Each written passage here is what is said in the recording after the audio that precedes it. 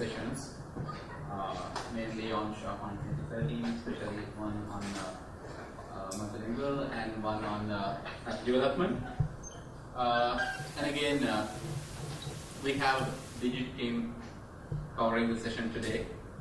So please give a good round of applause to them. And I would like to invite Malik to do his session.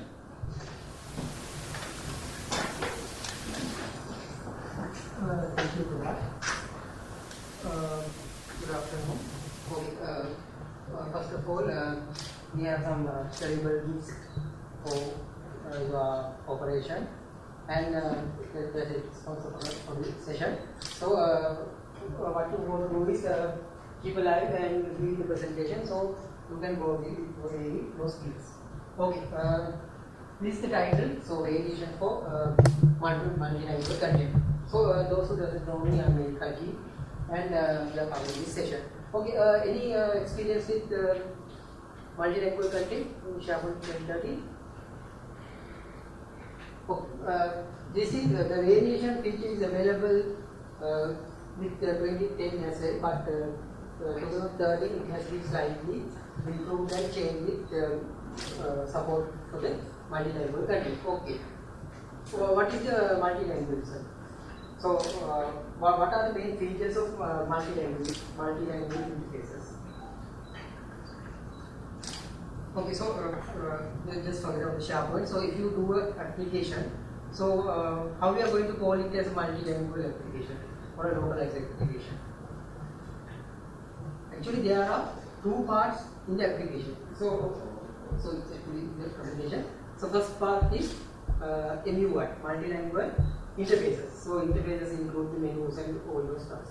And other thing is multilingual content. So it's text, body, and those things. In the SharePoint context, the multilingual interfaces contains that menus, text parts, other default messages, and those things are categorized under multilingual interface. And if you go for the multilingual content, that the page, body, and whatever the HTML content with text are categorized as a multilingual content. So those are the two categories of multilingualism or the localization.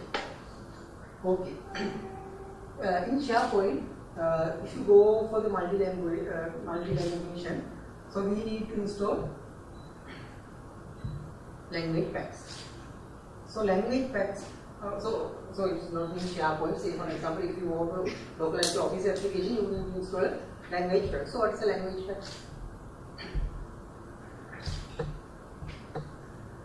So it's so simple. So if you are doing your .NET application also, you are creating resource files including some language key and variable as that our language pack contains key and value pairs with the whatever the language. So if you install French or Spanish, then so the corresponding language pack have key value pair.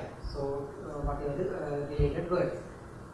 So if you are going to install the language pack in SharePoint, you need to follow main 3 steps. So this is not actually very much related to the variation, but so if you are going to practice the variation, first you need to know how to install a language pack. So first, whatever you need to do is, first you need to run a configuration manager. So if you run a configuration manager, so if it is having any errors, then first you need to correct those errors and then install the language pack, those errors, and rerun the configuration manager. So then, so that is so simple. So if you do those 3 steps, you will be successfully install the language pack in your SharePoint environment. Okay.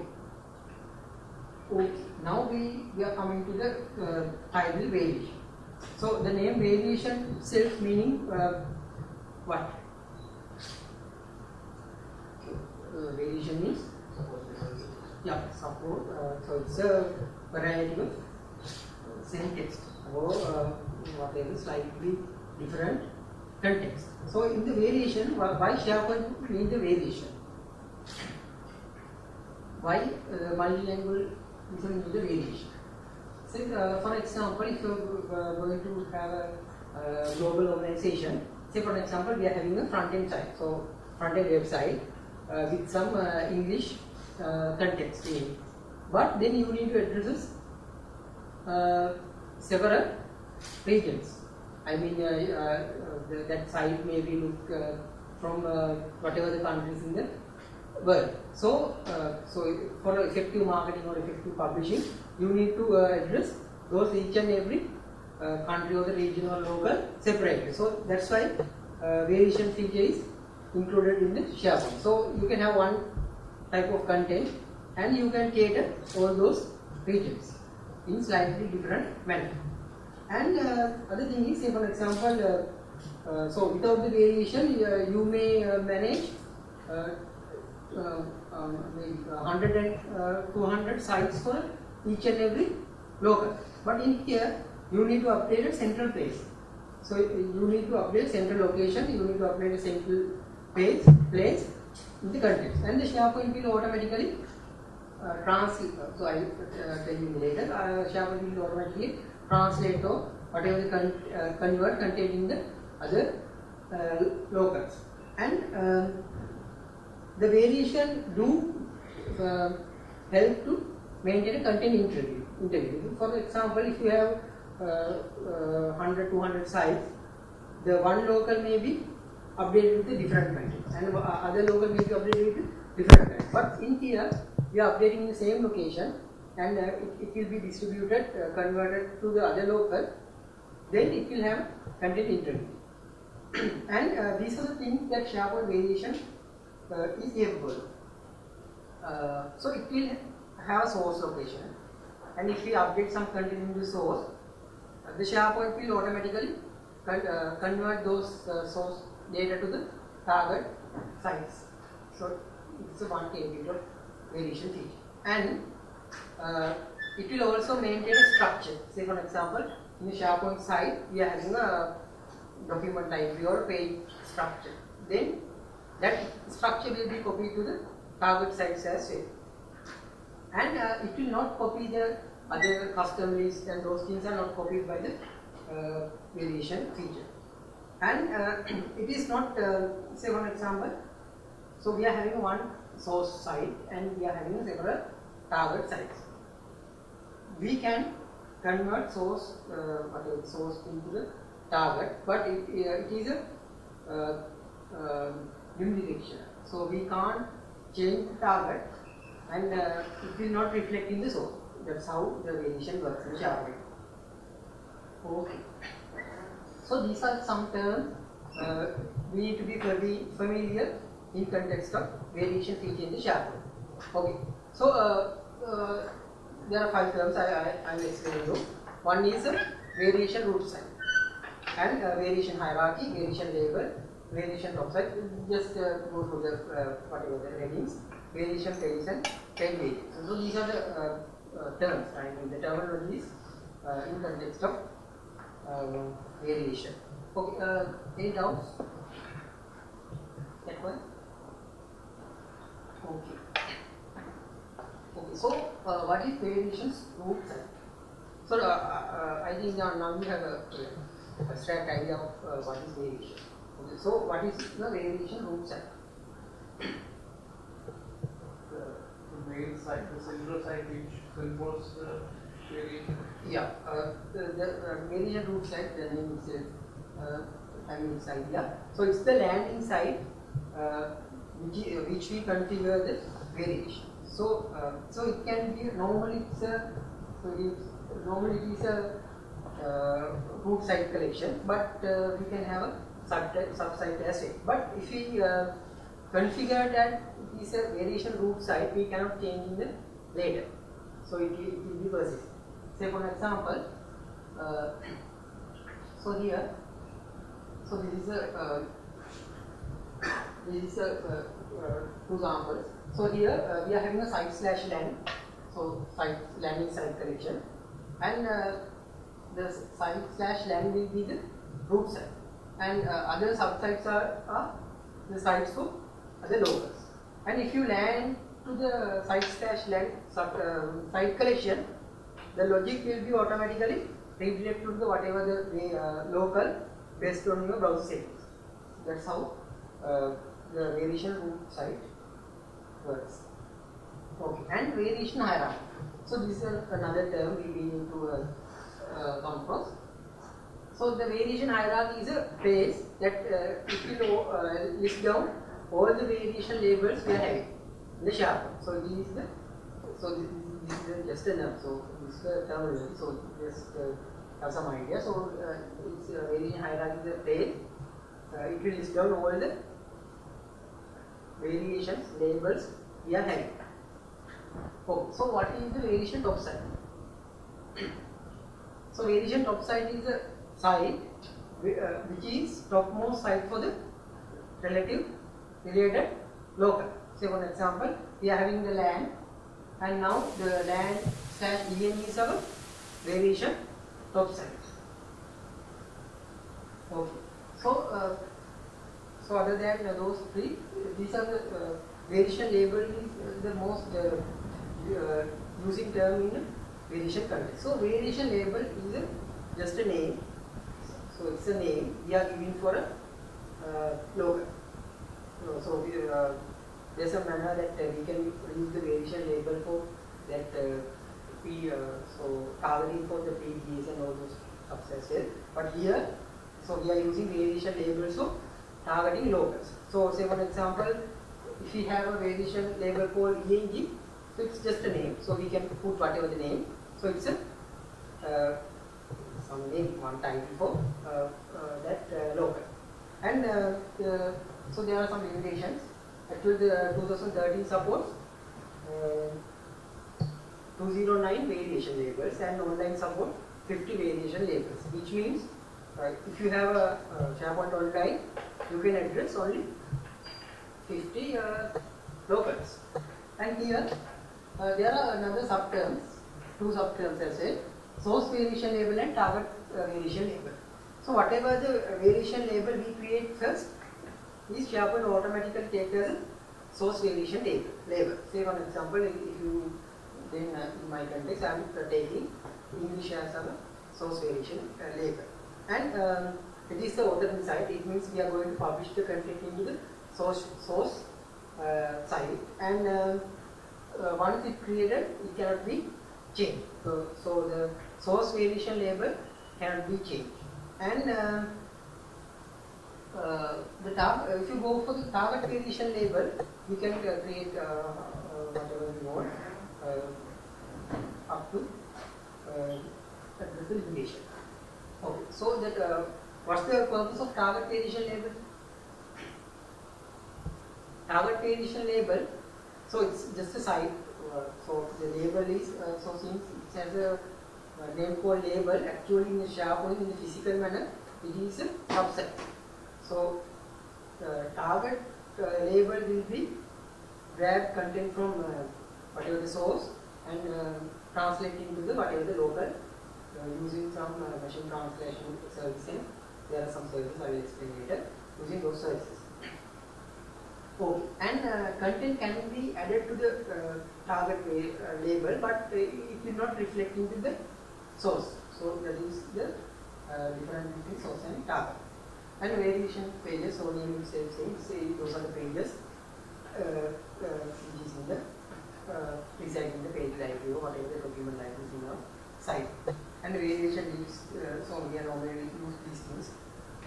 In the early version we use variation lists are the list which is having the variation capabilities. Okay. Any doubts? Any questions? Now you apply the label to the subsite collection. No, actually we are creating the label, and the SharePoint will create a subsite for that label. So we first create the label. First we create the source site, and then when we apply the label, it will automatically create the subsite with that particular label. So normally the label itself have physically reflect as a site, but the term is label. So it's confusing, but we are saying the SharePoint saying it as a label. Okay, good question. And here, Okay, so this is the 13 architecture. But in the 2010, the variation uses event triggers for automate this process. But in here, it's slightly different. So these are the architecture and these are the timer jobs involved in that context. I mean the variation feature. Here the source label, now you know the source label is a site which is having source content. So it is not a root site, but it is a source label. So it is under root site, but it is having authoring content. So if you put some content in the source site, these are the timer jobs. So I will explain each and every timer job. So called the timer job. So SharePoint will either copy the content or the change or whatever it is. It will done, and ultimately it will push the changes to the target tables. Okay, so the first timer job is create hierarchy timer job. So the name itself is same. So it will create that timer job, create the hierarchy. Say for example, our source label have two pages library, and inside that page library we are having some folders and we are having some content inside it. So this type of job will create hierarchy, I mean the list libraries and folders. And normally it will run hourly, but in SharePoint Online we can't change the time, but if you are having the on-prem version, we can adjust the time. And propagate list item time job will get the changes of the list item and do whatever the translation and push it to the target label. And so the name is change. The propagate page is get the changes and it will push to the target. And propagate site and list are, say for example, so there are few options. If it, those options are available in my slides. So actually there are, when you create a label, there are two options. Create everywhere and as I remember, create selective. So if you select the create everywhere option, so whatever the content we put to the source label will be translated into the target. But if you put selective option, we want to manually select what we want to translate, push to the target label. Okay. Any questions after that?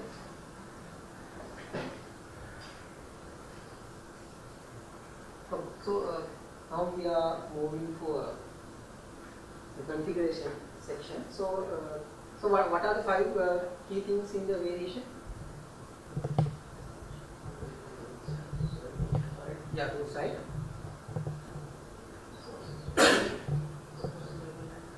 Yeah, so we are having the labels. Under that we are having source label and target label. And we are having top side. So top side is under root side, and we are having variation hierarchy. Variation hierarchy is the place that listed all the labels, and variation pages. So those are the pages we are having content. Okay. So if you want to set up a variation, we need to publish a site. So if you have a publishing site, so in the same site collection administrator, you can see those 3 links: variation settings, variation labels, and variation logs. Okay. So if you go for the variation settings, these are the settings available. So first we are having page creation behavior. Okay. So we need to address those settings in our top side or root side. Okay. So if you go for these two, there are 2 options: create everywhere and create selective. So if you select the create everywhere, the SharePoint will translate whatever the content available in that site. And if you go for the create selective, you need to do manual variations in the SharePoint library and recreate the target page. So this is a bit tricky option. Say for example, say you publish some content in the source label, say a.spx, and the SharePoint will translate it to the target label in the frame, and the frame site owner delete that page. So now, so it is possible. So now the content. So first publish, we are having a.aspx in the source label, and after the conversion, we are having the a.aspx in the target label as well. Now the target site owner deleted the a.aspx. Now we are only having the a.aspx in the source, but not in the target. And the owner, the target, the source owner, so he will change the a.aspx. Then now what will happen? So it should propagate to the target or not. So it is deleted now. So this option is for that. So if we hit that option, it will recreate the target page which was deleted previously. But if you untick this, it will not represent those pages. So update target. Yeah. Will that happen only if the root page is updated, or with the timage of? No, it will happen only root page is updated. Yeah. Is there a particular reason if Meetup changes an event, then can't it go for electricity? Yeah, actually the 2010 version, the SharePoint implemented it using some event receivers, but in here those changes are depends on those 4 time zones. But we can change the time. Say one is 30 minutes, 30 minutes, and 1 hour, 1 hour. So you can change whatever the time you want. And say for example, if you need it immediately, you can go for the time block definition and only run the time block. So That is only non-frame or on? yeah, it's only for the on-frame, but in the online it is not available.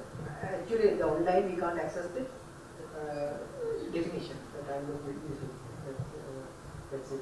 And update target page will be, the web part changes will be updated to the targets, and the notification is no simple one. So if you click the notification the tick, so it will I will send the notification to the contact person of a target label when some content has changed. Okay, so this is screenshots that how we see in the SharePoint.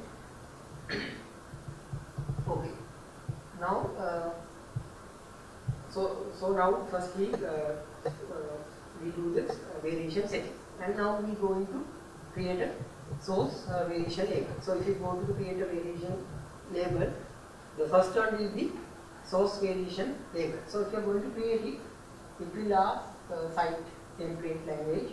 So that drop down box, it will list down all the things, all the languages which is installed in your farm.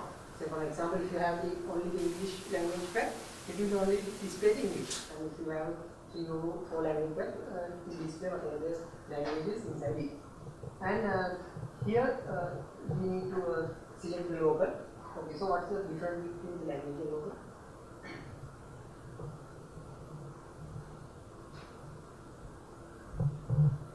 Local includes the formats for that. Yeah, so local includes whatever the date format, the time format, and whatever the symbols, commands, and those things are included in the local. And the variation form in here, normally we are giving root site collection, but we can assign a sub site as well. But when it's assigned, we cannot change it. And here we can give a name, whatever the name. So you can give any name. Okay. And so when it is done, so now we finish with the source label. Then we need to create a target site label. So it's in there. So if we create a create label, it will prompt for the create target variation label. In there you need to select site language and the local. And here some label and display. And these are the hierarchy creation options. So you can either select root site only, or publishing sites only, or with the list and whatever the things. So if you click the first one, the target will be grab things from site and list and the document and things and whatever is structured, whatever the system is. Okay. Then here, so we are having two options: disable human translation and allow human translation. So, so if you allow human translation, the target site content can be translated by the human as well. If you disallow, so it cannot be done with the human, it will automatically should be come from the machine language translation service. So, so if you allow machine translation on this target label, the SharePoint will send the content to the online service and get it translated and push it to the target label. Okay, then we are having the label contact. So if you put some username to this text box, what will happen? So when the text or the content gets changed, this person will be notified. Okay. So here presentation is over, so we will go for it.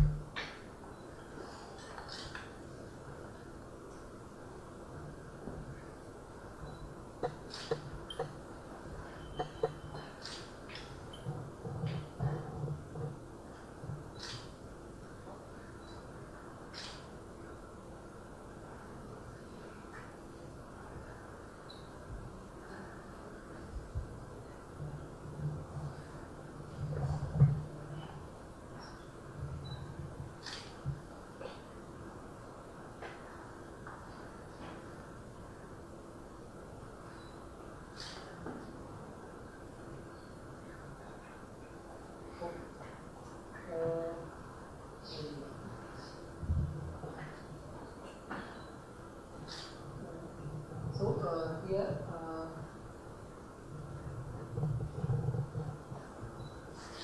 so I am having, so I will create an hierarchy.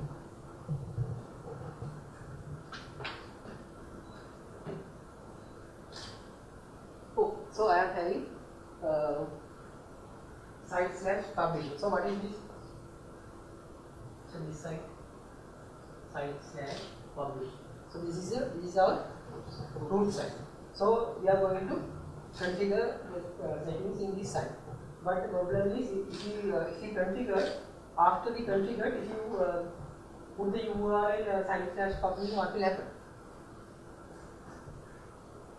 So if you get to the EA, so you cannot access this site directly. You can access this site using layouts and using those settings links. So in here we are having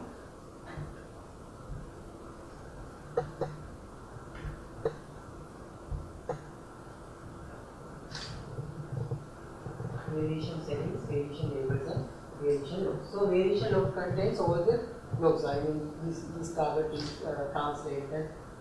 Those things are listed with variation logs. So if you go for variation labels,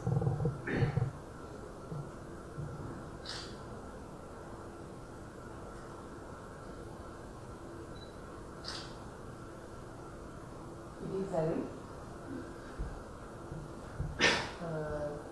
listed two things. Okay, so what is this? This is variation hierarchy. Variation hierarchy, it will list down all the variation labels what we are having. So here I have already two. If you go for one label, so it will say some extra human translation, disable. This is the source one, and then this is like that. So if we go for the new label, this is the place we are creating a new target label. So now we can't create any source label. Why? It is already created. So we can select a language.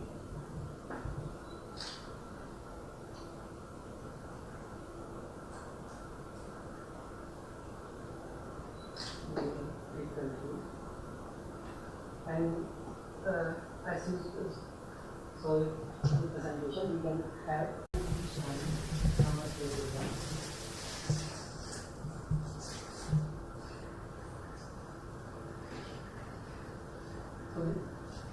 this is a target variation label, and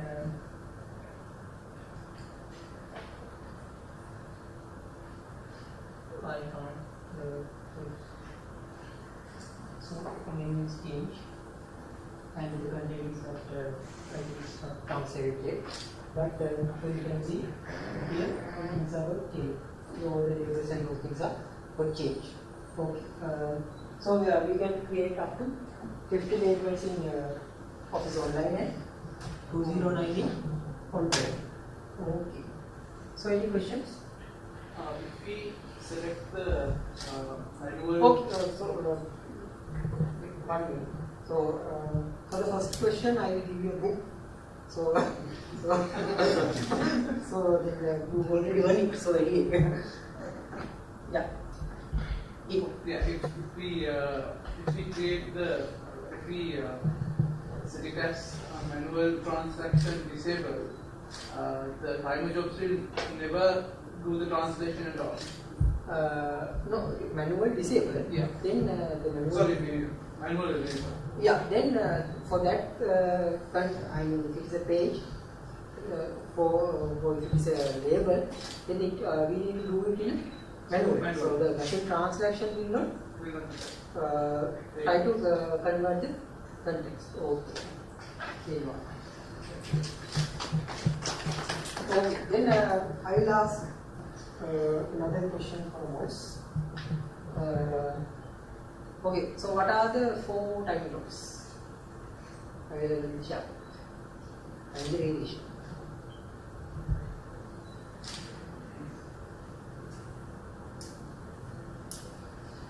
Create hierarchy. Propagate list. Propagate page. Yeah. So the last one. So it's a combination of List and page. yeah. Oh, so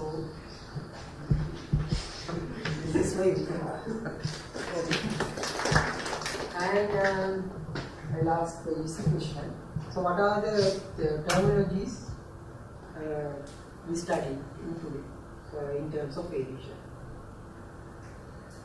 So it's a pen drive.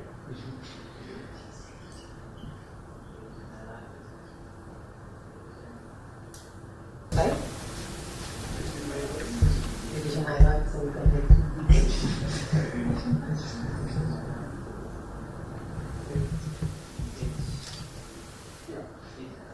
H, not hierarchy.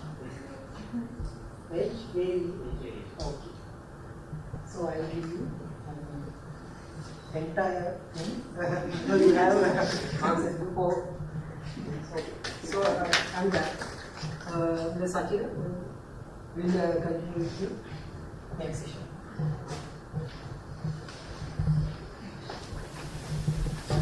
Thanks, Malik. So, gentlemen, give a good round of applause for Malik.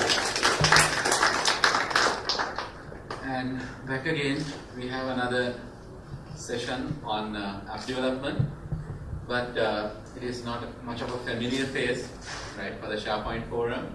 He's a newcomer, but one of the experts, technical experts. So another thing that I want to tell you is this forum is not for the experts or people who have experience in SharePoint or .NET. This is a place for newcomers as well. So if you are interested in doing a session, so it doesn't matter whether it is for 1 hour, half an hour, even a 10-minute session. If you feel that you are interested in doing a small session or you are capable of doing a session, this is the place to start, right? So just let us know, or even just, we have a Facebook group, just send us a personal message or else publish in it. Or else if you are interested in requesting for a session, we have a community, just publish in the SharePoint group, requesting for a session. We would love to do those sessions. So please welcome Sachira for a development session.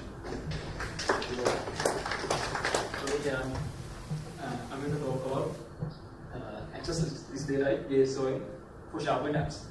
I'm going to my presentation.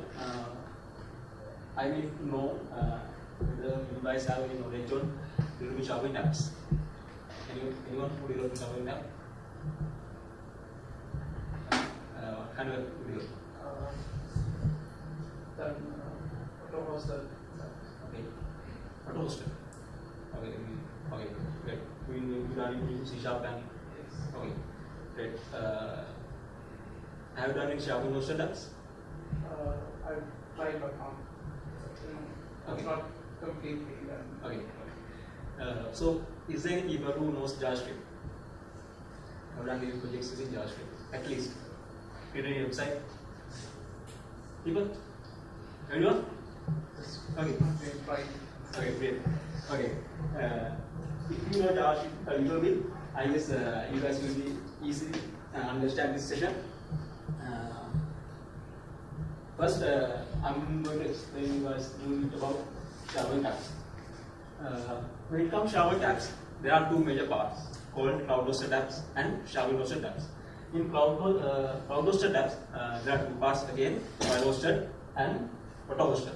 In the provider-hosted, what will happen is, it kind of developer of the app developer can host this app on their environment. For example, let's say they develop app using PHP or JSP, they can host that app in their own environment. We have no restriction over what is the platform or what is the technology they use. It's just they can host it in their environment, that's all. But the issue is, when we deal in provider hosted app, we have to consider or care about one thing. What's that? It's tenant isolation, right? We have to manage tenant data separately. What's a tenant? In SharePoint hosted apps, in app context, what's a tenant? Space of particular user, right? So, for example, if let's say when a developer so you guys have phones, right? Android phone, right?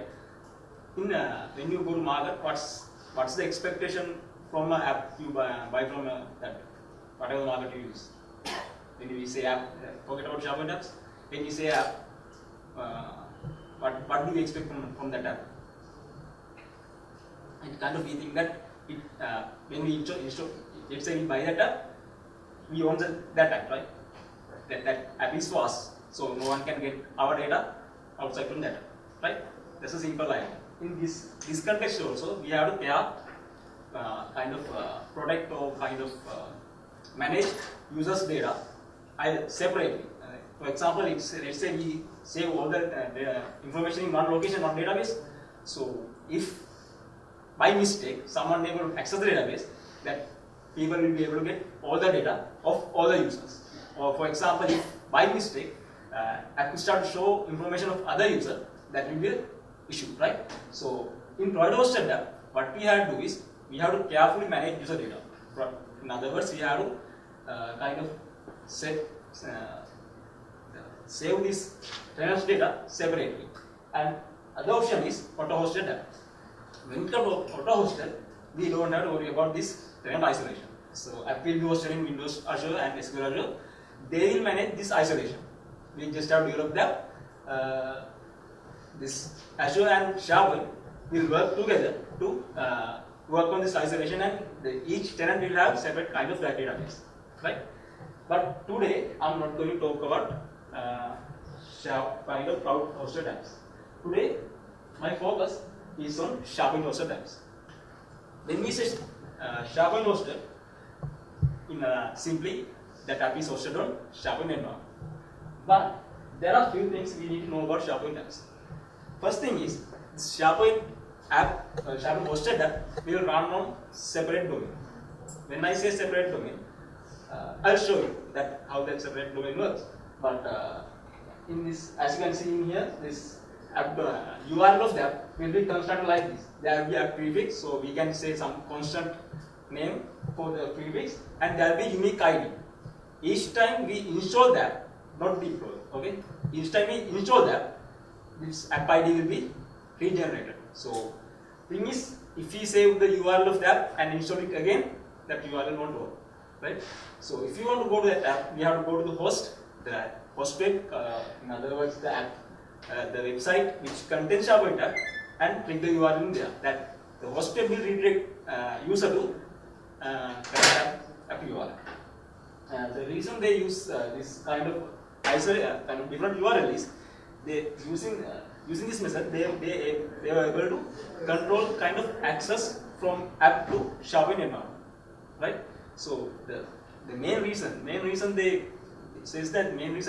have moved from sandbox solutions to SharePoint apps is because of that issue. In sandbox solution also, even though it's sandbox solution, there are issues when user accessing data, right? There can be locations where user can kind of damage the environment, right? In this way, they can control the environment of the app very tightly.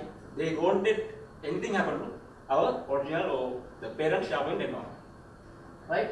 And then the main concern, the main thing to remember is we can't write any server-side code, right? In SharePoint hosted apps, we only can use JavaScript. We can't use C#, .NET, VB.NET, no server-side codes.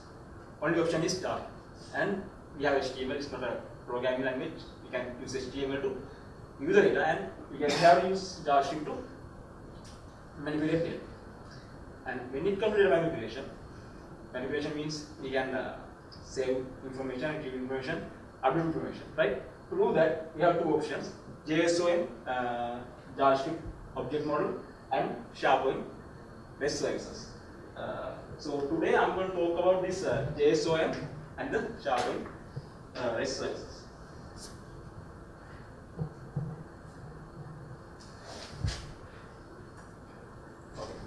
JSON. Let's say you are going to develop an app. What you are going to do is you are going to write a custom code, right? Let's say you want to add an item to list. You are going to write some code to add item to list. There are some predefined classes, which comes from these two libraries, sp.js and sp.runtime.js. We can use these functions inside these libraries to add a list item. So this JavaScript CSO will be constructed from this sp.js and sp.runtime.js, right? But that's not the thing what will happen in the backend. What will happen is this CSO, this methods inside these classes will send this information to service proxy. What's a proxy? Service proxy? What's a service proxy?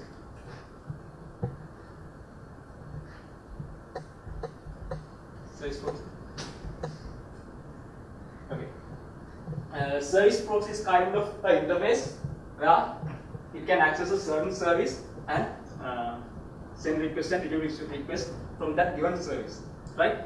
So this is also that kind of service proxy which you can access that client.svc. Yes, client.svc. I guess you guys heard about that at least. That's a REST service which is available on SharePoint environments, right? So what will happen is this client.svc will perform the task behalf of that of the user and send that request information back to our client-side object model, right? So in here it says JavaScript CSOM, in other words JavaScript client-side object model. Both are same, JSOM, JavaScript client-side object model. Both we are talking about same, right?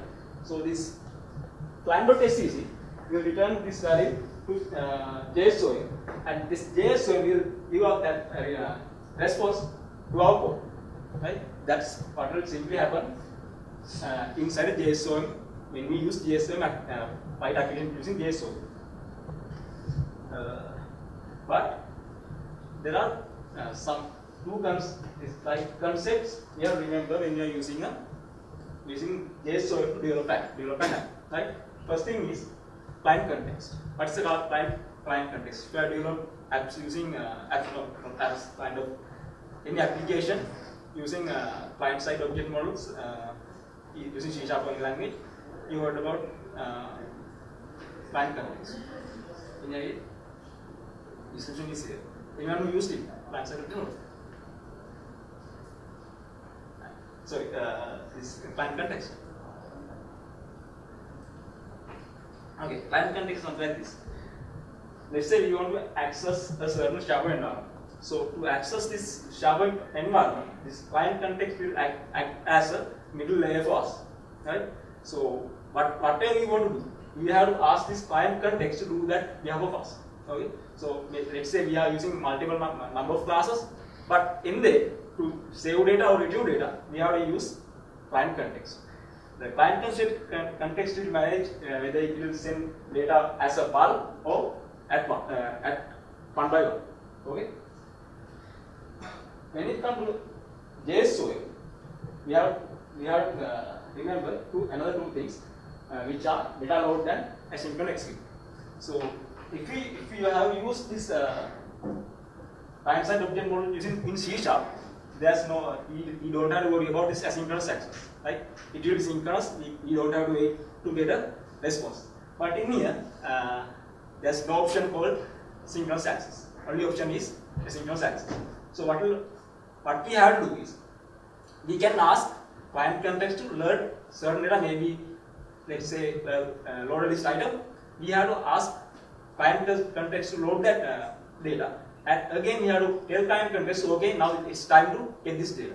So until we ask client context to perform that query or request, it won't perform that request. Okay. So the beauty is, that's a scenario where we can enter one object, right? But in JavaScript, we can push multiple objects inside client context and ask client context to load all of them at once. Okay. So let's say we have to get information of list item as well as parent variable. Okay, we can tell client context to load these two, and finally we can ask it to execute. So we will be receiving both of them at once. Okay, so before I'm kind of going to further in my presentation, I'm going to write a small code. Okay, sample application. But in here I will demonstrate you guys about this client context and this data load and asynchronous execute. But also this JavaScript code, this code I'm going to write, maybe it won't be much familiar to you. Okay, but it's kind of best way to write JavaScript code.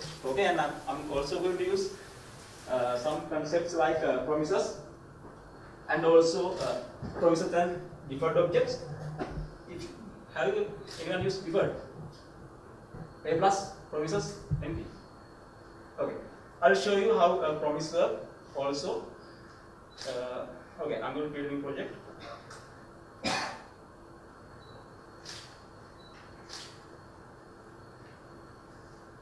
Okay, this sample application I'm going to create is something like this. Okay, let's say we have product catalog. It's a very simple product catalog where we can enter product name and product price. Okay, what we have to do is we have to user should be able to save a product, retrieve a product, and update delete a product. Okay, very simple. What I'm going to do is I'm going to create a kind of base class. Let's say this use a base class, something like this, right? It's a base location where we can do anything, right? For example, DB access, we can access any DB using that class, right? So in here also, what I'm going to do is I'm going to write kind of a class which can access any list. Okay, so okay, I will name project as SP forum.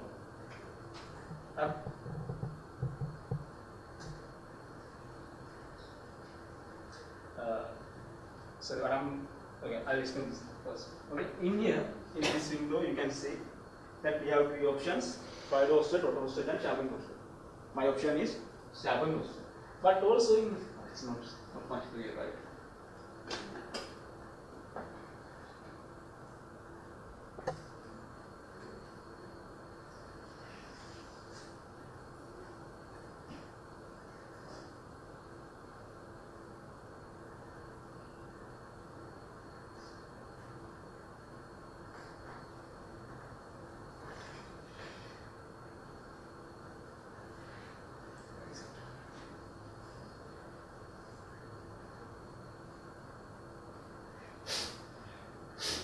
Now you can see. Okay. In here, it asks for a URL, but if you think as app, why it asks for a URL? So we are developing app for use for anyone, right? This app can be used by anyone. So in here it asks for a URL. Any guesses why it asks for URL? To host file when we are developing it to develop and test. Definitely. This is only for development purposes. Okay. So this URL only will be used by Visual Studio, and this URL won't be kind of saved inside the app config or any else app. Okay. So in here I'm going to host my app in O365, and this app type is SharePoint hosted app. Okay. Now what I was saying is, so I'm going to write a class, kind of class where I can access any list, and from that I will access that methods inside that class and store those information or let user manipulate those information. Okay. So now the project is reading.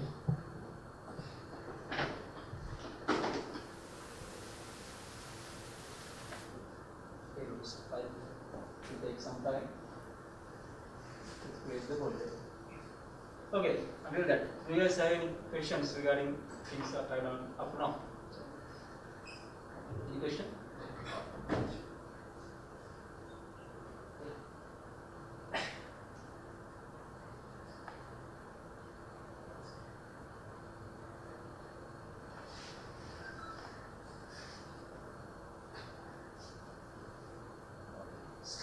Done. Now you need to ask for the username.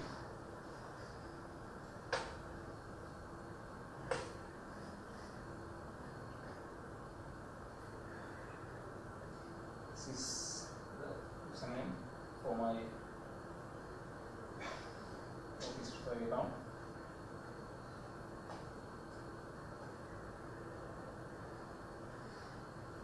Okay, in here you can see the project structure. It has a folder called content, images, pages, and strips. In the content folder, we can put any CSS file of the project. Images, it contains all the images. Pages has ASPX files, but you notice that this ASPX file does not have a design of a CS file. Okay, and scripts folder, it has all the scripts we need for our application. Okay. By default, when we create a SharePoint hosted app, it will add all the jQuery files to the project. Okay. Now, for this application, I'm going to create a new JavaScript file called is data access.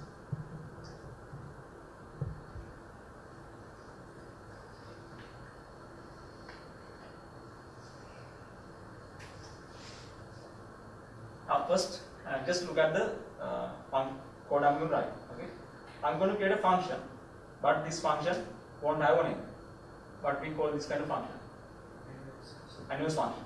Okay, and this function will accept three parameters called this data and dollar symbol and variable called undefined. Right, and what I'm going to do is I will call that function just font size. Sorry, can you see it now? Wait. I'm going to call that function. So this function does not have a name, but I'm going to call that function. What will happen when we create this kind of function? So if we create a function like this,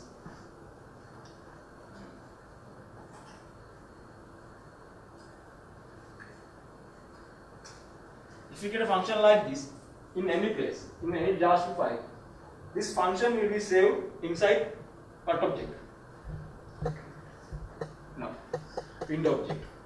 This function will be saved inside window object, right?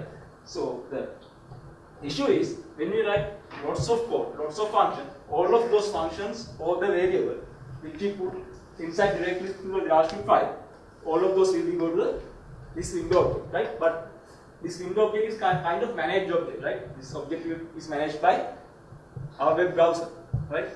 we don't have to fill it with all the code that we write, right? So what we are going to do is, the best practice to do is, we are going to create one or maybe 3 or 5 for the application. Maybe there are, if there are multiple classes, there can be 5 main points which will be needed for the application, right?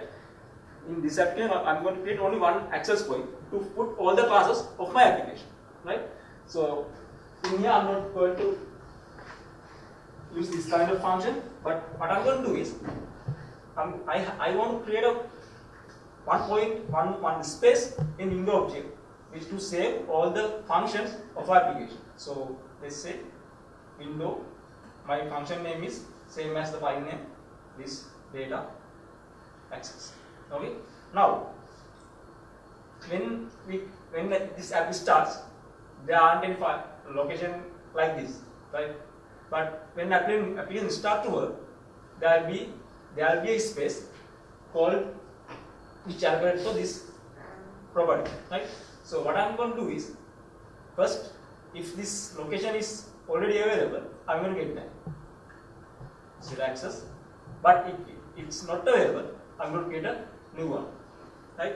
The meaning of this notation is simply, if this variable is available on our window object, it will set the value for this one, and if not, there will be new space will be created, and all of this information will be passed to this private variable, right?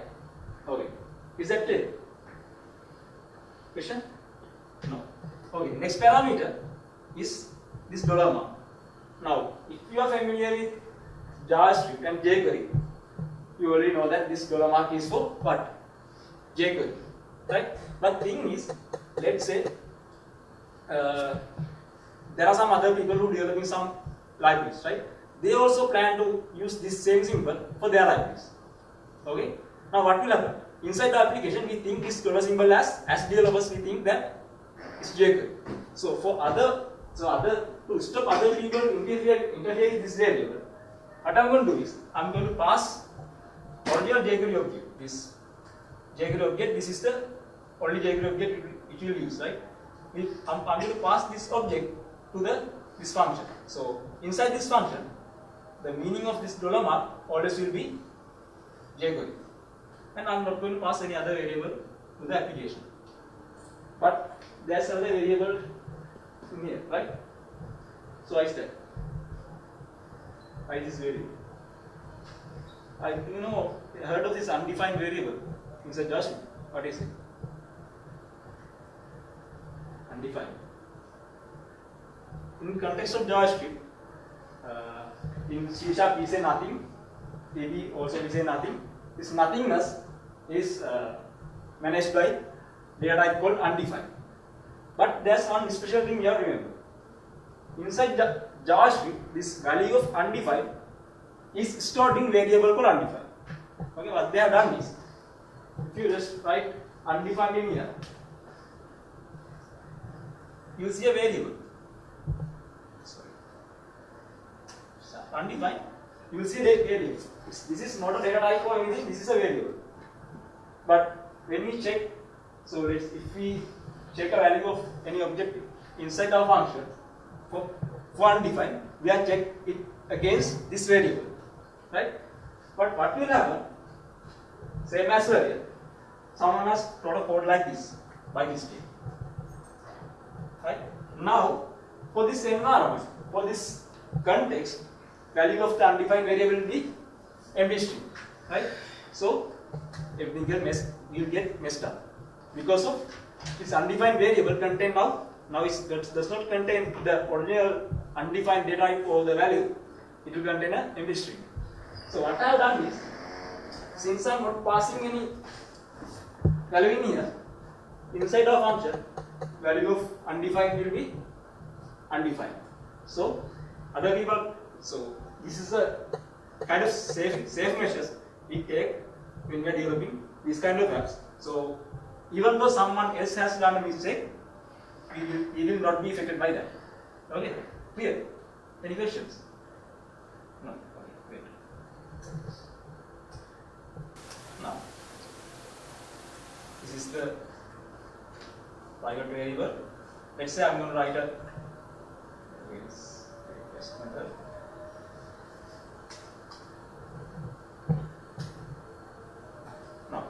Now what is this? When we write a code like this is a variable, right? What I have done is I have created an anonymous function and assigned that to a variable. How that can happen? What is the concept behind that? It's like a delegate. It's like a delegate. Simply, we do not call that a delegate in JavaScript. In JavaScript, we say that any function can be object. Okay, functions are also objects. Simple. Okay. In other words, we can kind of consider a function as object and pass it to a method. Okay, as a parameter, we can pass a function. Okay, so because of that, when I create a new object inside this variable, I can assign a function also to that variable. Okay, now let's say I'm going to add parallel saying, and outside this class I'm going to do is this data access dot. You will see that test method is on top of, you can see the test method. If I call it like this, you will see alert saying here. Okay, that's a simple meaning. But you will notice that in this way we can create a class hierarchy, right?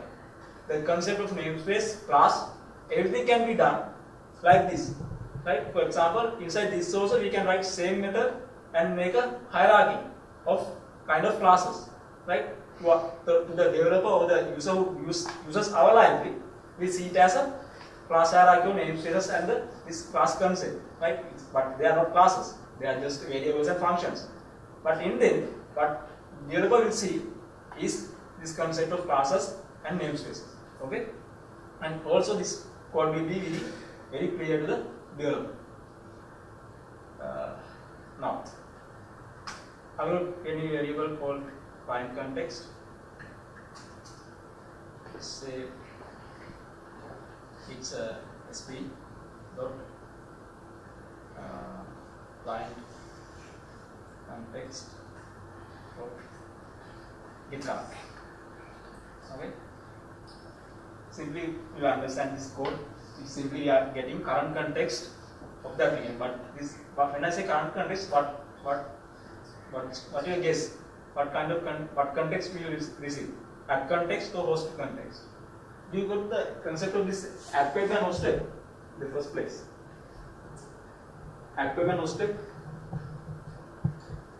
There are two terms which I'm not sure whether I use that or not. Two terms called app web and host web. Okay. Host web is the place where we host the app. Okay. So it's the container for the app. Right. App web is the web or website where it will contain all the files of the app. Okay. So from the host web we will be redirected to the app web. Okay. So when we say this sp client context of get current, we will receive the context of which web. Okay, I'll give you a flavor.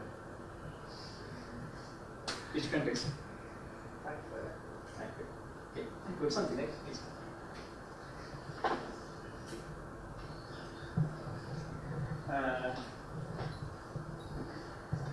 We can get the context of app, right? For now, let's say I want to get the app web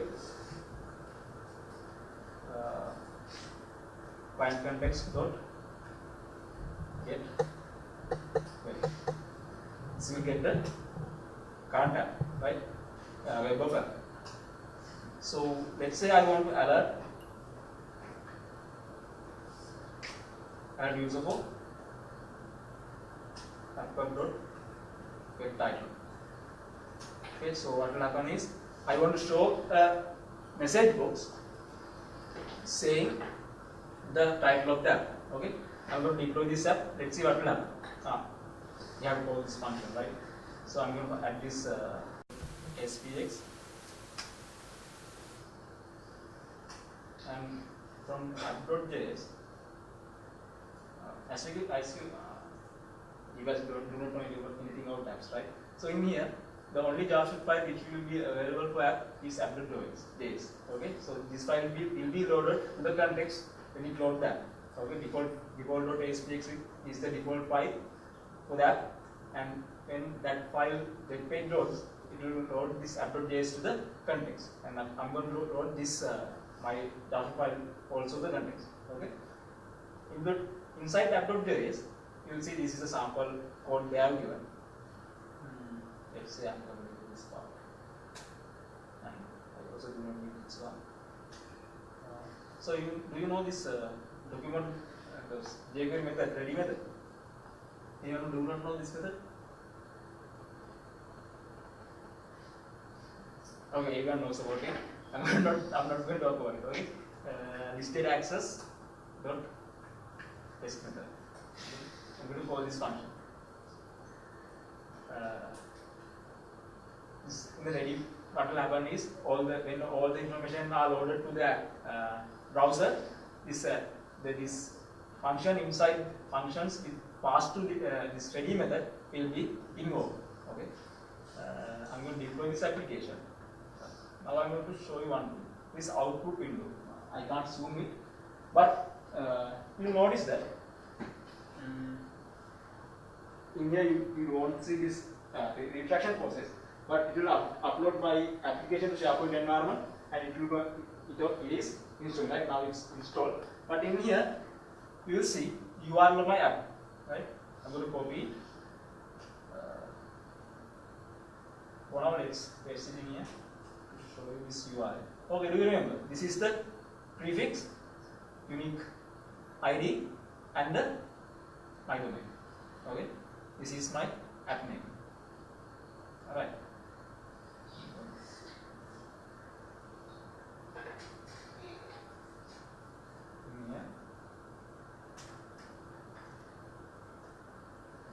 In load tab, I will get my browser console also. Okay, page is loaded, and there's an error. Right? Can you see this error? Unquote error. Property of title, field title has not been initialized.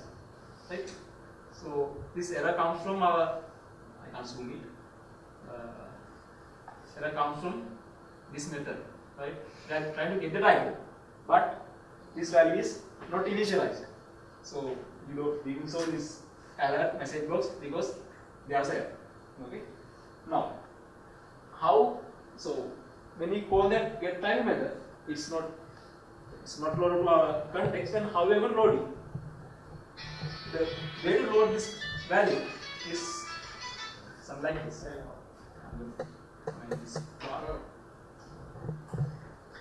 Then ask find context load and this my app object. And as I told you, do you remember I said that even though we ask you to load, it won't load until we ask you to execute that query. Same thing. This is the implementation of what I said.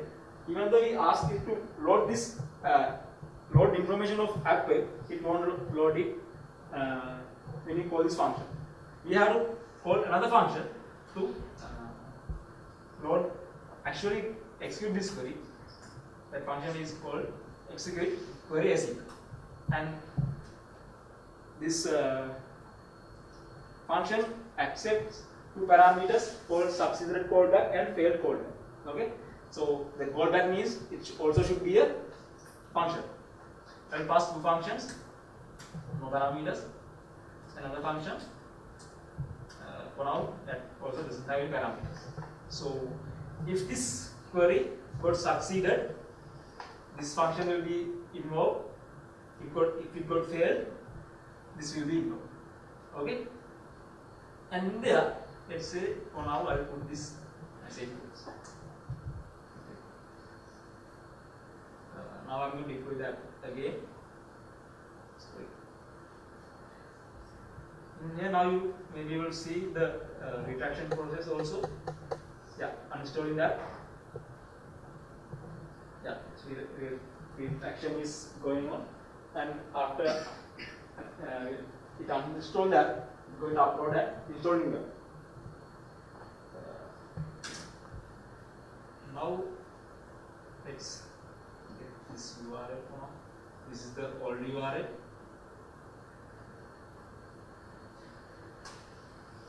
And this output window, let's take the new URL.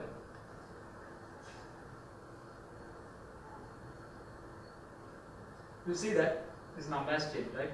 Earlier it's 0, now it's 1. All the other parts are same, right? So if I refresh this page again, internal error, that size is not there. Okay, I'm going to get the new URL, which is this one.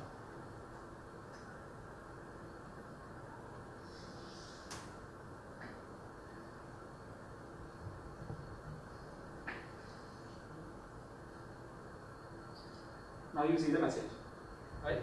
So very simple, but I want you guys to understand is when we need to load some, for example, some object from the server to the client, we have to call this method first, as client context to kind of load this data. In here, another thing is we can put a number of loads, right? Let's say, for example, there's a list called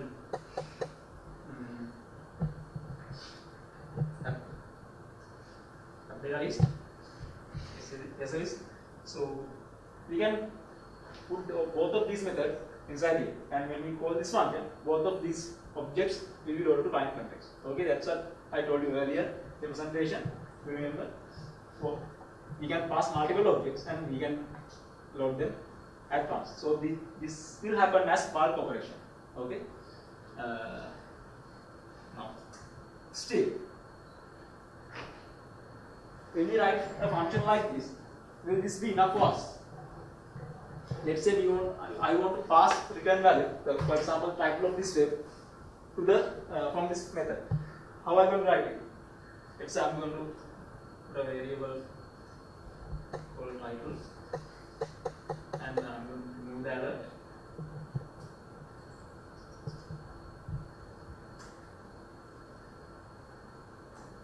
And return title from me.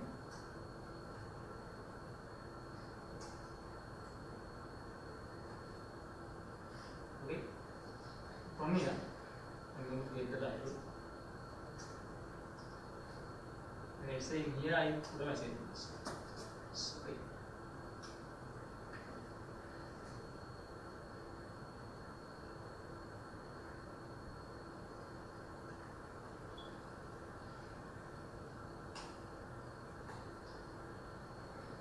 Any guesses for the message box? What kind of message you will receive? Yes. Continue the message. Continue the message box. You are running. Any guesses? If you are running, any guesses? I will see for the application anyway.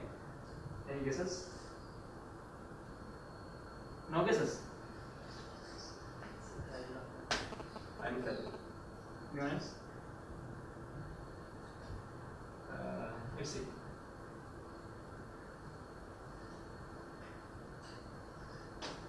Okay, I have another victim here.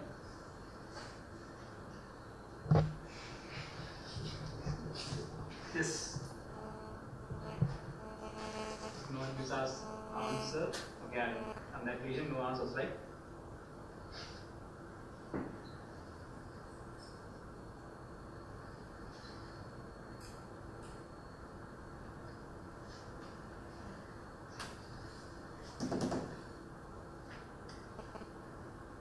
You have still chance.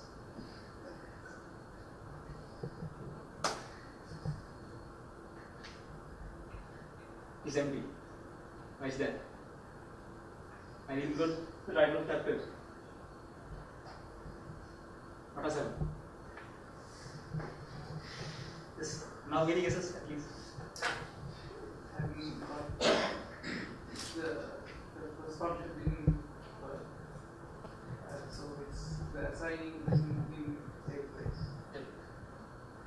What has happened is when we say this is a asynchronous query, what will happen is this web browser will kind of put different thread to process this function, right? When we say asynchronous query, this query will be executed by different thread. So what will happen is when we call this method, it will go to here, right? It will return the value.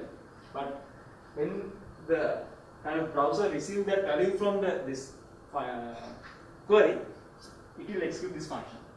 And if it got failed, it will call this function. But the thing is, this title is already released or returned, right?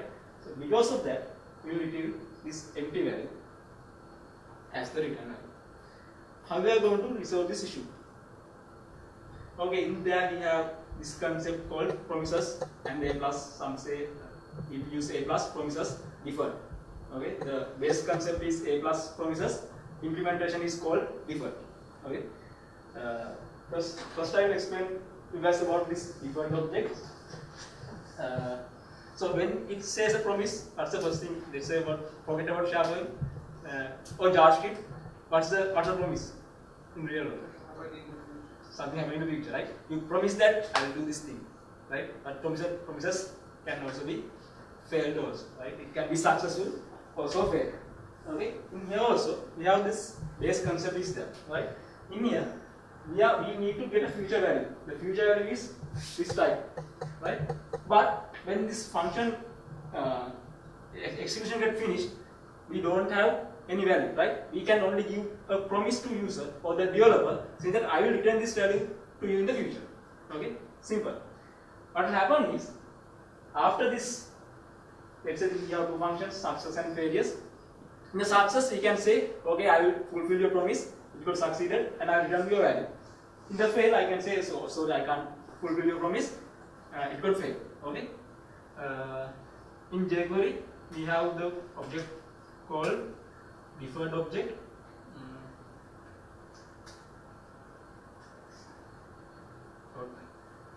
Deferred. Okay.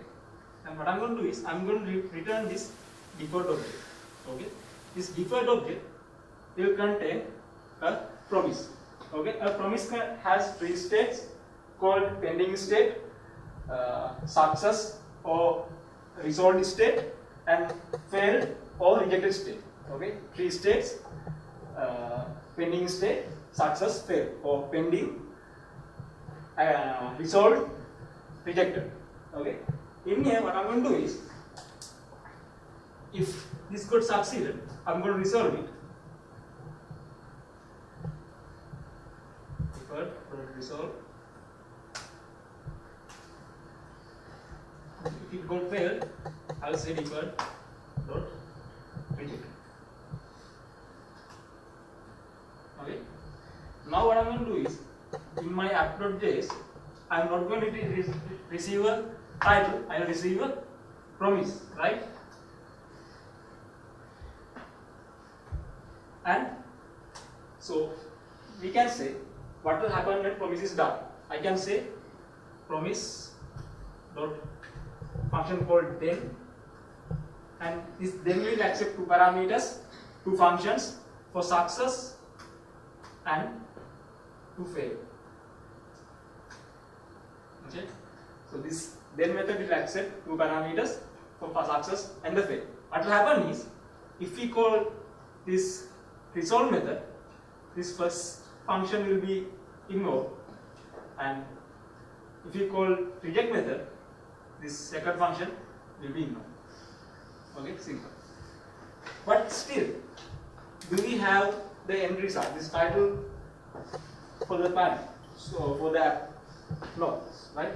What we can do is, we can say resolve with the title.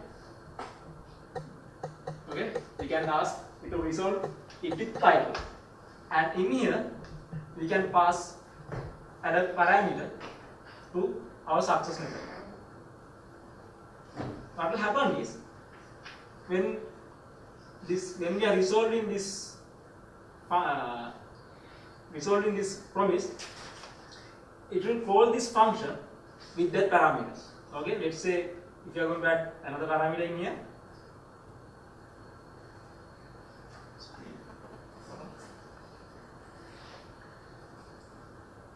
and we can add another parameter in here, name called name, and value of this name will be HTTP colon. Okay. In here we can put our message box saying alert the title. Now if I deploy this app,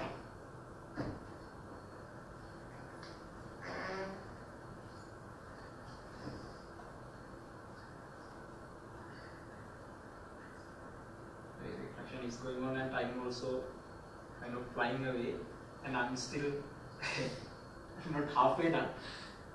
I'm trying to do it a little faster, and I'm not going to write all the code for any more application. I will get my already existing code and explain it to you guys. Okay?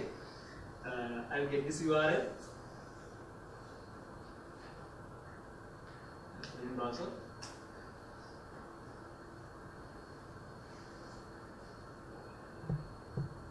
And now I'll just receive a message box with the web client. Okay, simple. What I want you guys to understand is these basic concepts called promise or default, how this client context works, and how we write a good kind of proper good way to write a class or function inside JavaScript. Any question regarding this structure or default objects or this app or anything?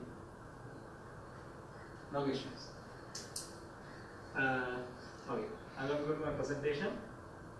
I'm going to do it a little bit fast. Pros and cons of JSON are pros are advantages are JSON already contains set of libraries.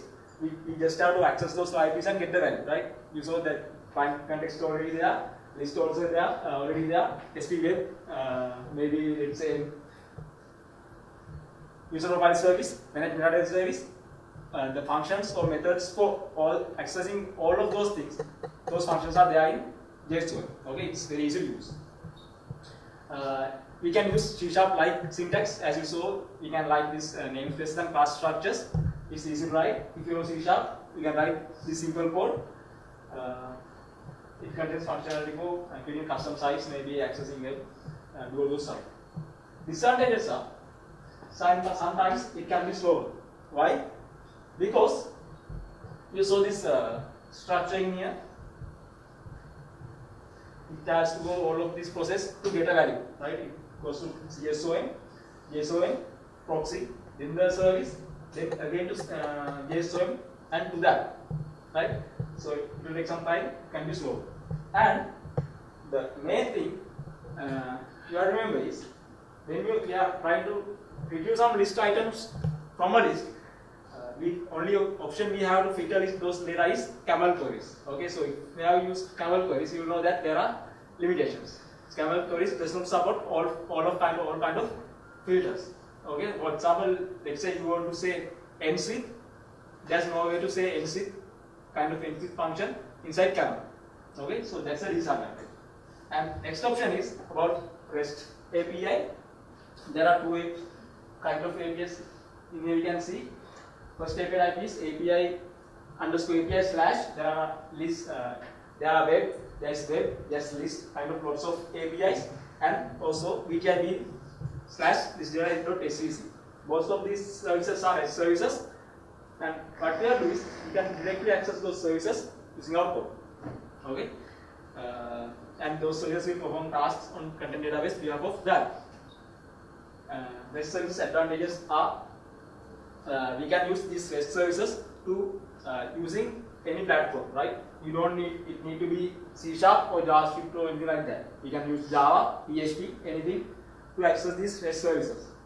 And when it comes to filtering, this data filtering, there are some good filters for this inside this REST services. Okay, for example, this data service contains number of filters for performance tasks for strings and datetime filtering, and all of those stuff are there for REST services. And response can be taken from JSON or XML, but disadvantages are there. But authentication has to be done manually if it required. For example, you are accessing this environment with PHP, you have to manage these user tokens, right? And get the authentication done. Otherwise, this PHP won't be able to access our SharePoint now. So that has to be done manually. Also, get method is easy, but if you need to add an item or update an item or delete an item, you have to construct headers of the request manually. Okay, so those are the disadvantages. And today's focus. So now I'm going to talk about what I'm going to do today. Perform CRUD operations on a list. CRUD means create, read, update, and delete. Why? Because we are going to use advantages of JSON and REST for app development. I'm going to use JSON for create, update, and delete operation, because for create, update, and delete operations we have to create those REST headers, which it's very hard to do. And we are going to use REST for retrieve data, because there are various filtering options. Okay. Now I'm going to go to my demo, which I have created earlier. This is this completed class for access list data. So first function is add list item. Okay. Client context is there. Active is there. You know that. To get a list from the app, there's a function called get list by title. There's a parameter called list name. From the name we can get the list. Now when we add, so this is a custom class. This is a method which will accept to add any list item to any list, right? So how we are going to add this list item? So there's a variable called item data, and it's an array. This array will contain key value pairs. Key will be the column name, and value will be the value we need to add to that column. So what I'm going to do is, okay, are you familiar with this notation? $each. This is same as for for each. Yeah, you can say for each, but for each is not in JavaScript, right? For in is there, it's also same as normal for. So this is like something like this. Let's say length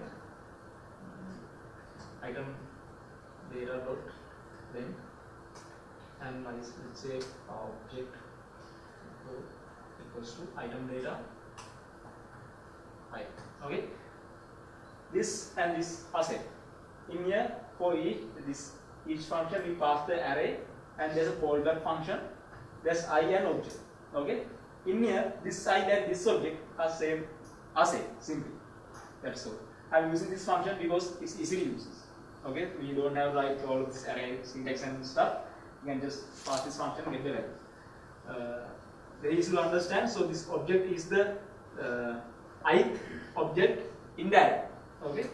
So this list item. So sorry, I forgot to talk about this part. To create a list item, we must have this object, list item creation information.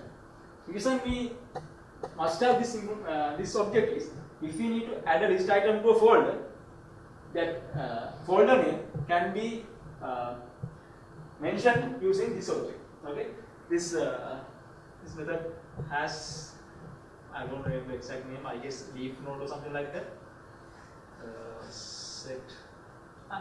It's set leaf name. Okay, set leaf name. You can't see. Okay, set leaf name. By setting the leaf name means the name of the folder relative to the I guess list. I'm not sure whether list name also should be included or not. I'm not sure whether it need full URL or not. But however, you can set the folder of the item using this function, this method. Okay, and we can ask list to add this item using this information. And what I want to do is, using this array, we are setting this key value pairs, the column name and the value. Then we say list item dot update, same as this server side object model. When we call update method, it will save this value to the object to the client context and execute the query. Okay. Now, when it's got succeeded, okay. Any questions for this part? No. Okay, I can see that you guys are tired, and I will try to do it fast. Okay. Get list item. Now this is different. I'm going to explain this. Okay, this is the service. First, I will show you that service inside browser.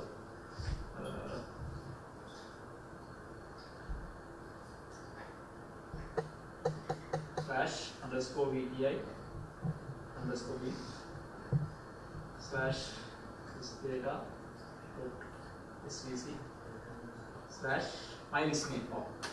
My list name. This is already there, but let's go to host page and go to the. I start my original app. Okay, the original app, my real app name is product catalog.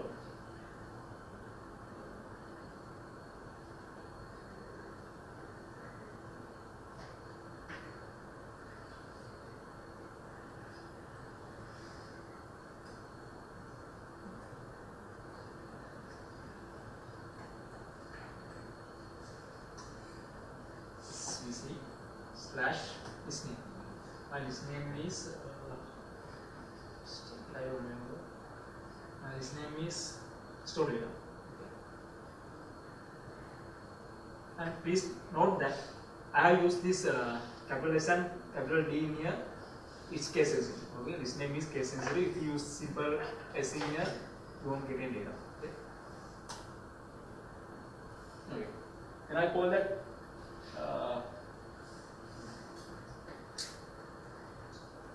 I'll receive an XML response, and my list does not have any information. Okay, when I add a list item to my list, I'll be able to get this information as XML in here. To pass the parameters, there are 4 parameters which are accepted by this service. First one is a filter. Filter means the where condition. We need to kind of the filtering part. Okay, so whatever the condition which should satisfy when we are doing items, that's the filter. Skip means the items, number of items which should be skipped to get this data. That this skip also one advantage of this data is SVC. Okay, if you use camel, you won't have a skip method, and you will be stuck forever if you try to do paging. And there are ways to do it, but that's really hard. And this skip, you can now set the number of items to score. Skip. Top means the number of items to be taken. Select is the fields which should be removed from the list. This means the comma separated column names. Okay. And finally, order by syntax is like the name of the column you need to order, and space you can see ASC for asynchronous, DSC for asynchronous is any word. Okay, so I'm constructing this URL in here. One thing I want you guys to notice is this. Okay, I already added this content type equal to list fields content type. Reason I added this is, if I create a folder inside my list, I don't know you guys knew about this or not. This folder also considered as a list item. Okay, even though we see it as a folder, when we see the list, it also considered as list item. Okay, so if we add a list folder to a list, that folder will receive an ID same as the list item receive an ID. Okay, so if we call this function without mentioning that filter, we will receive folder names also as list items. Okay, but in here our function is for retrieve only list items, so I am mentioning the content type of base list item, which when I set this cell, I'll be able to get the only list items. Okay, done. And this getJSON method, I'll add list item here and show you.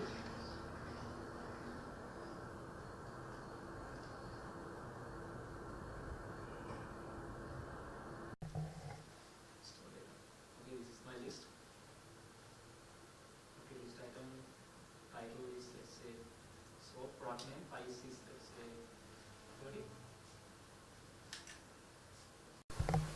list item, right? From here I took this content type. And you can see, and title is sold, and price is already there. It's a number. Okay, path, everything is there. But this is returned as XML, right? But when you come JavaScript, it's easy to read JSON file. So when we call get JSON method, inside the header there's we add a kind of metadata saying to ask service to return JSON value. So when we call this get JSON method, we will receive only a JSON value as a response, and that JSON can be converted to JavaScript objects. Okay. Simple. Any questions regarding these filters? No. Great. Finally, update and delete operations. To perform an update, we have list name and item data, but we must have item ID, right? To update and perform an update. Only difference between add item and add list item and update list item is we don't need item creation information. We can get this item from the list by the ID, and this function is same. Set the column name and the value, and update and push it to the server and get the response. To delete list item, it's much more easy. List item, we get list item by ID and list item dot delete object. But in here we do not have to load it. Why? If we have load it, this when we call delete object method, it already passed the message to client context saying delete it. So when we executing this query, it will get deleted. But if it had load it, there will be an error saying there is such a list item in the list. So we don't have to load it. Okay? That's the difference. Any questions regarding this part? No. Okay. Great. Now I'm going to my apps.js. It's a very simple UI. Name, price. There's a button, and there's a button, and this is the button. There are loaders, label, and one placeholder to show list items. Okay. First what I'm going to do is I have to save this list item, right? So there's a method called add product. I'm calling add list item. Sorry. Can you see? Add list item method. My list name is store data, and this is the array I have mentioned.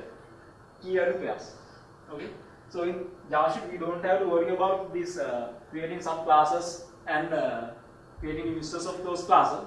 We just can get custom object like this, right? So this will be considered as a object inside JavaScript. So there are two objects inside this array, right? Column name is title, value will be value from the text box, price, column name is price, and value from that text box. Simple. I have forgot to tell you about this. Done and fail. When we call then, if you remember deferred object, what I use is then, right? Then receive two parameters for success and fail. But when we developing applications, it's kind of hard, right? We are just passing two functions, but we do not sometimes get. We can mistakenly think success as fail and failure as success, right? So to avoid such issues, there are another two functions called done and fail. For done, we can pass the success function. To fail, we can pass the fail function. In that way, we will be able to easily find these two methods. Okay, but still this is same as that. Okay, nothing, no different. New thing is always. The always function is a function which will be invoke always. Okay, so even if it got succeeded or failed, this one function will be invoked. So what I have is for success, I say message saying item added. I update this, remove the value of two text boxes. If it got failed, I saying adding failed. And always what I'm going to do is I remove that Ajax loader GIF file I have added to this page. Okay, in the top of the page I have set its display as inline, which show the this loader in here. Okay. First, I will show you the adding part. Here I can let's say product name as price and price 50. I say save. So this is the loader. It will get view and item added. Data also got loaded because I have added that function in success function, and then I have called this load product method. Okay. Because of that, I received those information. Now I go to this load product function. It also same. I'm accessing get to the list items method of my class. My list name is store data, and these are the two fields I need. So in this, remember this accepts list name and fields. What will happen when we do not mention these parameters inside the JavaScript? Unlike C#, so in C#, if we say some parameters for a function, you are pass it, right? Unless we define saying it as setting default value those parameters, we have to pass it. Like in here, we don't set any default values. What will happen is it will pass set value for these two variables, and this will be nothing. But no, it's undefined. It will be undefined. That's why I use this variable, because in here I check for nothingness. Okay. This also what I running. When in JavaScript, when object has nothing value or undefined value, it Boolean value of that object always false. If certain of any object does have any value, that value's Boolean representation is true. Okay, so these are some notations. You guys, when you start working JavaScript, you will understand it. But this, if you can write code, this code like this also. Equals undefined. And why I have used this notation? Okay, that's the question. This is a question for mocks. Meaning of this notation.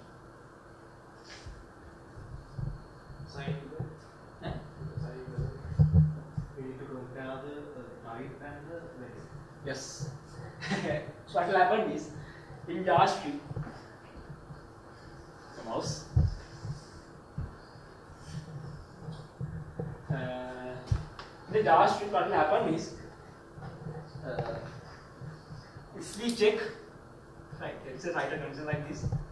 If 0, 1 equals say 1, this will return as true. That's a kind of how JavaScript works. Okay. So if we need to check the value and the type, we have to put another equal sign. Saying we need to check the value also. In here now it says saying error. So this error comes because I have used resharper. Otherwise you won't see this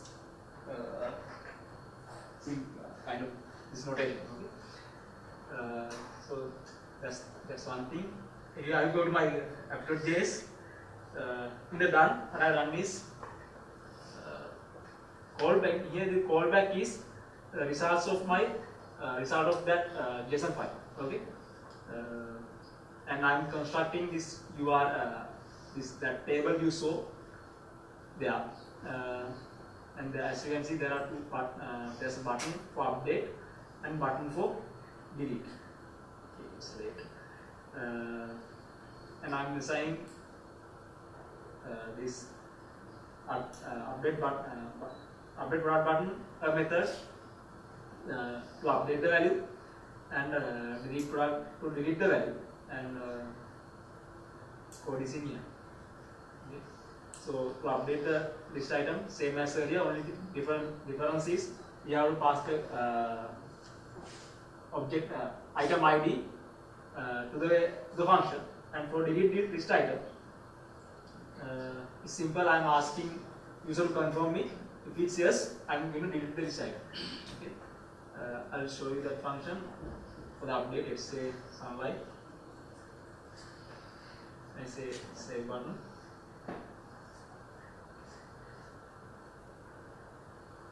the item got updated, and you can see that item got changed. If I delete it, it will ask for the deletion. If I yes, it will go delete. Okay. Now it's done. My final question for the day and for this book is to describe the process of kind of call hierarchy of JSON. If you remember that chart I showed you guys.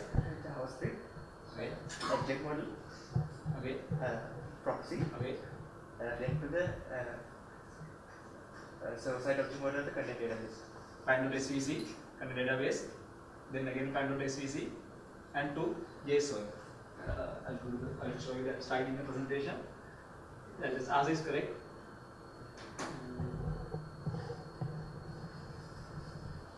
Custom code to JSON proxy service database and back to JSON, not to the proxy. Okay, here's the book. And finally, if you need any help, please drop me a mail. I'll try my best to help you guys. Okay? Okay, thank you.